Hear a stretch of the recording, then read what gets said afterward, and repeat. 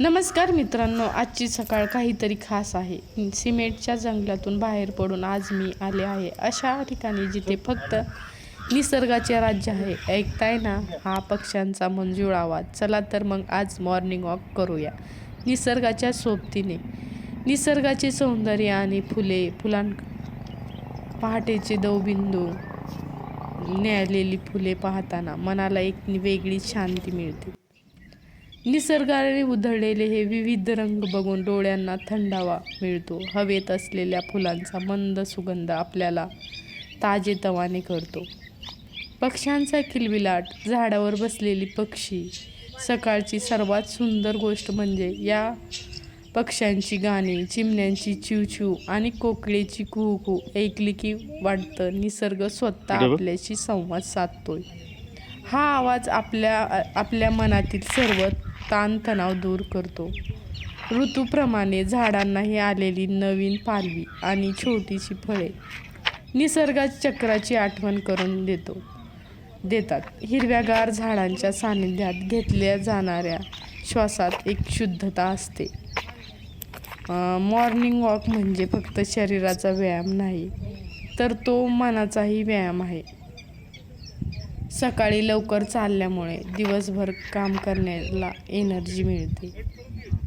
आपल्याला स्वतःसाठी वेळ मिळतो, ज्यामुळे विचार स्पष्ट होतात.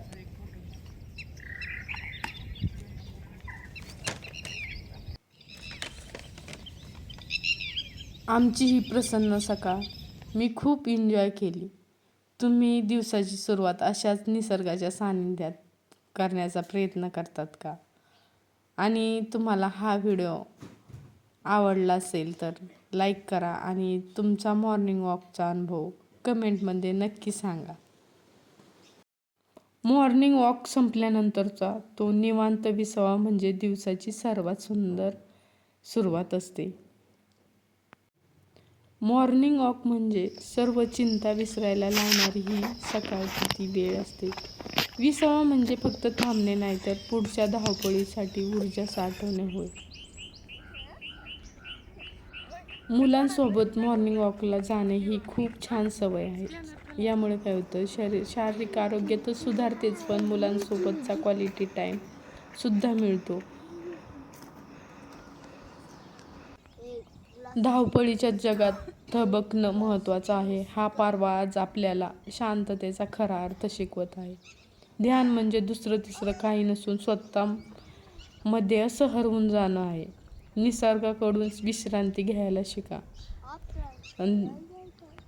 निसर्ग कधीच घाईत नसतो, तरीही सर्व काही वेळेवर पूर्ण होत असतं. जेव्हा ऑफिसमध्ये खूप काम असतं आणि तुमचा मूड या पारव्यासारखा असतो, फक्त डोळे मिटून घेणं.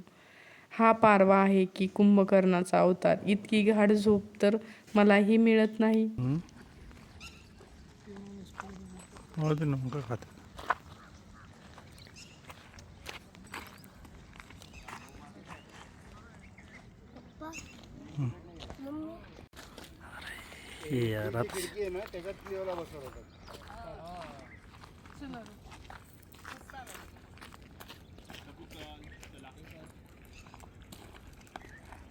चल ये गप्पू.